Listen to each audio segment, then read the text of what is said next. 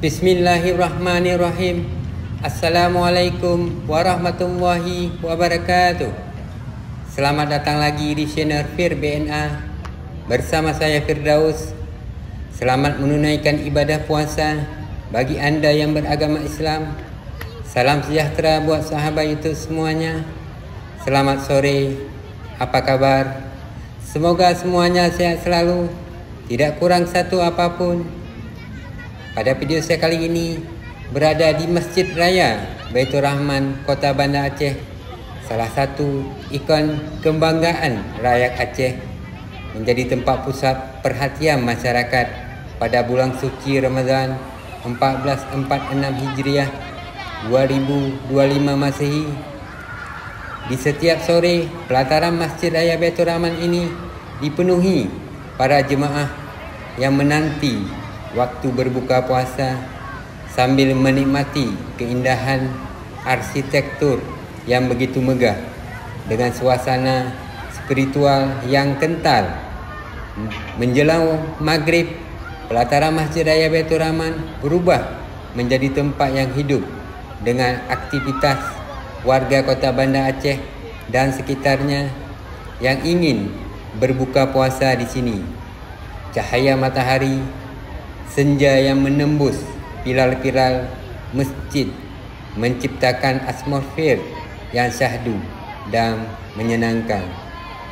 Masyarakat dari berbagai kalangan berkumpul di bawah naungan 12 payung raksasa yang mengingatkan kita pada Masjid Nabawi di Madinah, Arab Saudi yang begitu megah.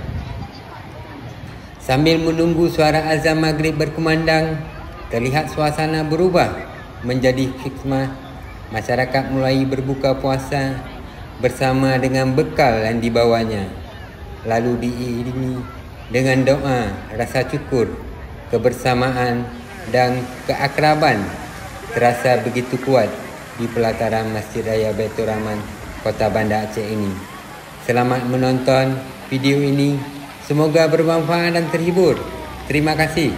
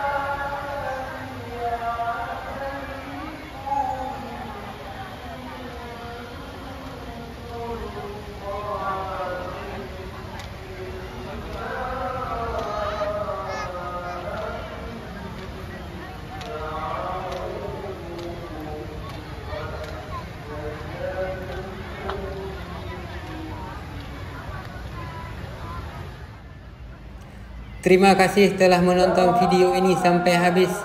Kritik dan komentar bisa diisi di kolom komentar. Wassalamualaikum warahmatullahi wabarakatuh.